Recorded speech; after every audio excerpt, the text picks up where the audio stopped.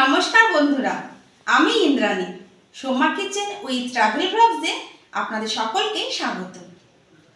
আজ আমি মাত্র কয়েকটি ঘরোয়া উপকরণ দিয়ে তৈরি করব সর্দি কাশির অব্যর্থ ওষুধ।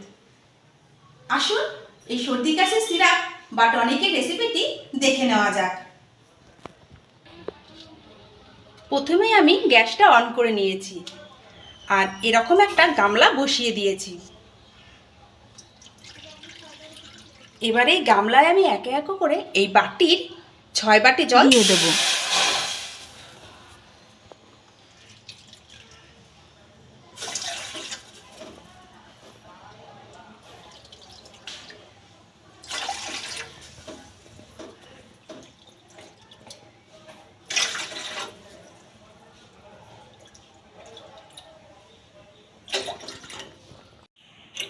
এই 6 বাটি জল হয়ে গেল। এবারে আমি জলটাকে গরম হতে দেব। জল গরম হয়ে গেছে। এবার এই জল থেকে খানিকটা উষ্ণ জল আমি তুলে নিলাম। এই জলটা কি কাজে লাগবে সেটাও আমি আপনাদের দেখাবো।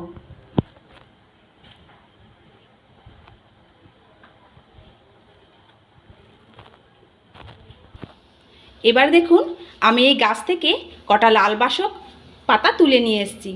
আপনারা চাইলে সাদা বাসক পাতাও দিতে পারেন। আমার বাড়িতে লাল বাসক গাছের পাতা ছিল, তাই আমি লাল বাসক পাতা দিয়ে দিচ্ছি। এইভাবে পাতাগুলো আমি ছাড়িয়ে নিলাম। তবে দেখবেন খুব যেন কচি পাতা না হয়। এবার এই পাতাগুলোকে যে খানিকটা গরম জল আমি তুলে নিয়েছিলাম সেই গরম জলের মধ্যে খুব ভালো করে ধুয়ে নেব।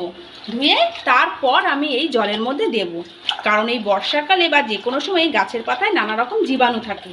এই গরম জলে পাতাটা ধুয়ে নেওয়ার ফলে পাতায় যদি কোনো জীবাণু লেগে থাকে তাহলে সেটা কেটে যায়। খুব ভালো করে পাতাগুলো আমি ধুয়ে নিয়েছি। এবার এই জলের মধ্যে দিয়ে দেব। এবার একটা চামচের সাহায্যে আমি এই পাতাটার সঙ্গে জল খুব ভালো করে মিশিয়ে খানিকক্ষণ ফুটতে দেব।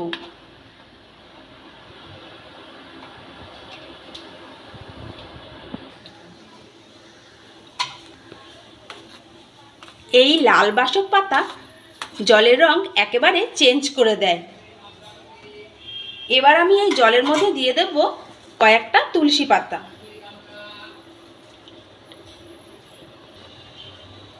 এই তুলসী পাতার গাছ আমাদের বাড়িতে আছে, আমি এই তুলসী পাতা ব্যবহার করলাম। আপনারা চাইলে রাম তুলসীর পাতাও ব্যবহার করতে পারেন, তবে এই নর্মাল তুলসী গাছটা সবার বাড়িতেই থাকে। তবে সমস্ত ইনগ্রিডিয়েন্টসই আমি গরম জলে ধুয়ে ব্যবহার করছি, আপনারাও তাই করবেন। এবার চামচের সাহায্যে ভালো করে আমি নেড়ে চেড়ে তুলসী পাতাটা মিশিয়ে দিলাম জলের মধ্যে। এবার আমি একে একে দিয়ে দেব কয়েকটা তেজপাতা। সেটাও আমি খুব ভালো করে গরম জলে ধুয়ে নিলাম। এবার এই তেজপাতা কটা জলের সঙ্গে মিশিয়ে দেব।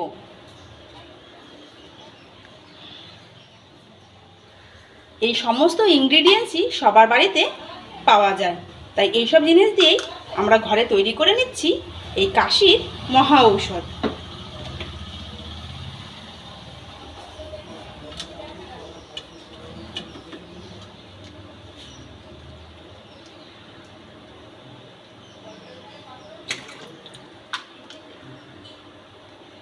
এবার কয়েকটা লবঙ্গ দিয়ে দিচ্ছি। আমি 5টা লবঙ্গ ব্যবহার করলাম, তবে দেখবেন এই লবঙ্গ সম্পূর্ণ ফুলটা আছে।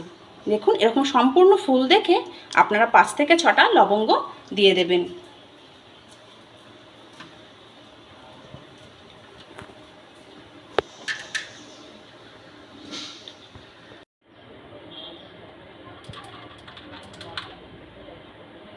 এবার এই জলের মধ্যে দিয়ে দিচ্ছি আমি 4টে গোলমরিচ। এই গোলমরিচটা আমি একটু হালকা হাতে থেতে নিয়েছি। এবার যে উপকরণটা দেব সেই উপকরণটা না দিলেই নয়। এই উপকরণটা আপনারা যদি হালকা নুনের সঙ্গে একটু কেটে খান তাহলে গলা খুশখুশানি চলে যায়। সেই উপকরণটার নাম হচ্ছে আদা। এই আদাটা আমি একটু থেতে নিয়েছি, এই আদাটা আমি জলের মধ্যে দিয়ে দিলাম। এবার সমস্ত উপকরণগুলো জলের সঙ্গে খুব ভালো করে নেড়ে চেড়ে 5 মিনিট ফুটতে দেব।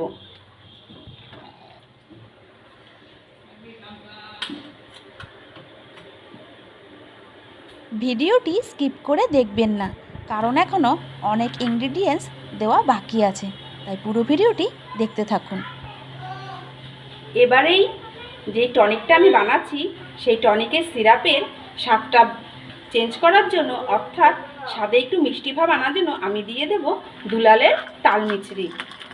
এই দুলালের তালমিছরি খুব উপকারী, সর্দি কাশিতে খুব উপকার দেয়।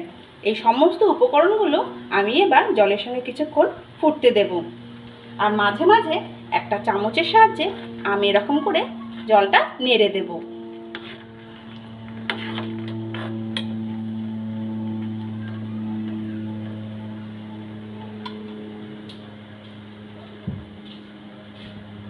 মিডিয়াম গ্যাসের ফ্লেমটা লো টু মিডিয়াম করে 5 থেকে 10 মিনিট জলটা খুব ভালো করে আমি জাল দিয়ে নেব। এই বর্ষার সিজনে বা সিজন চেঞ্জের সময় অধিকাংশ মানুষেরই সর্দি, কাশি, গলা ব্যথা, হাঁচি এসব সমস্যা দেখা দেয়। বেশি করে দেখা দেয় বাচ্চা ও বয়স্কদের। এই টনিক বা সিরাপটি খুব উপকারী।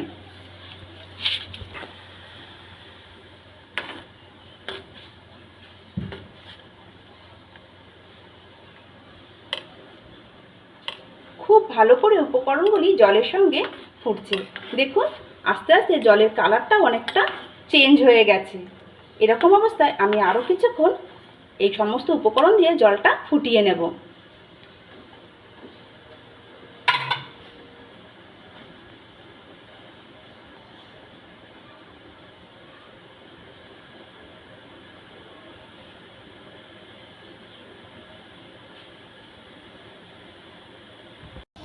আর একটা টিপস যেটা না বললেই নয়, সেটা হচ্ছে এই উপকরণগুলো যখন জলের সঙ্গে ফোটাবো তখন একটি ঢাকার সাহায্যে মাঝে মাঝে একটু আমি জলটাকে ঢেকে দেবো, আর সাইড থেকে এরকম ফাঁকা রেখে দেবো যাতে জলটা উবলে না ওঠে। আর এই ঢাকাটা দেওয়ার ফলে সমস্ত ভেষজ গুণের যে ফ্লেভারগুলো জলের মধ্যেই থেকে যাবে। আর আমি ঢাকাটা নামিয়ে নিচ্ছি।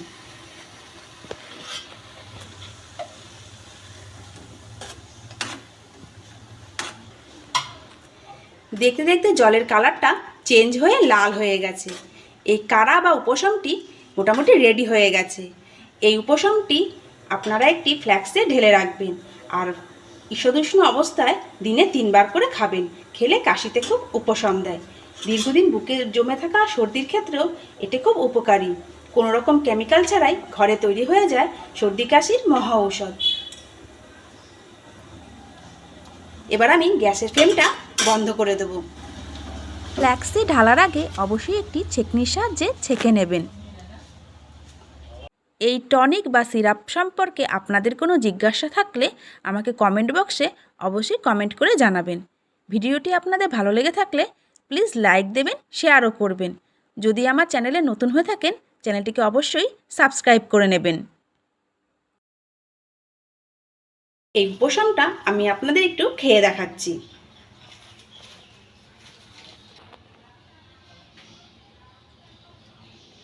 দেখুন কালারটা একদম লাল হয়ে গেছে। এই উপশমটা আপনারা দিনে 3 বার খাবেন, বেশি না, তবে চায়ের মতন অল্প অল্প পরিমাণে খাবেন।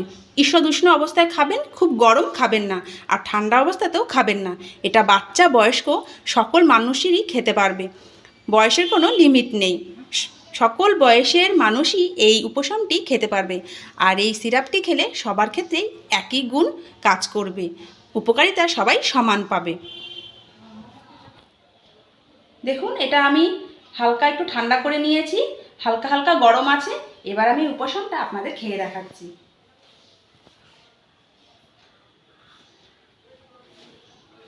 কোনো রকম উটকো গন্ধ নেই, সুন্দর ফ্লেভার আর ভেষজ গুণ আছে, সম্পূর্ণ ভেষজ, কোনো কেমিক্যাল ছাড়া, হানিকারক কিচ্ছু নেই এর মধ্যে। তাই আপনারা সকলে নিশ্চিন্তে এটা খান, আর দেখবেন দিনে 3 বার খাবেন, 3 দিন পরই আপনাদের কাশি একদম উধাও হয়ে যাবে।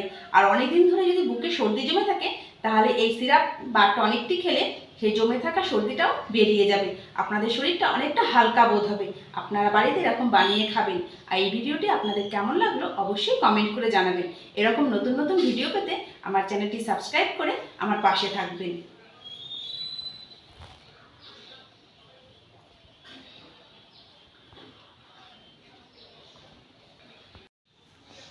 দেখা হচ্ছে আপনাদের সঙ্গে নতুন কোনো ভিডিওতে। আপনারা সকলে সুস্থ থাকবেন, ভালো থাকবেন। আপনাদের সুস্থতাই আমি সবসময় কামনা করি। নমস্কার।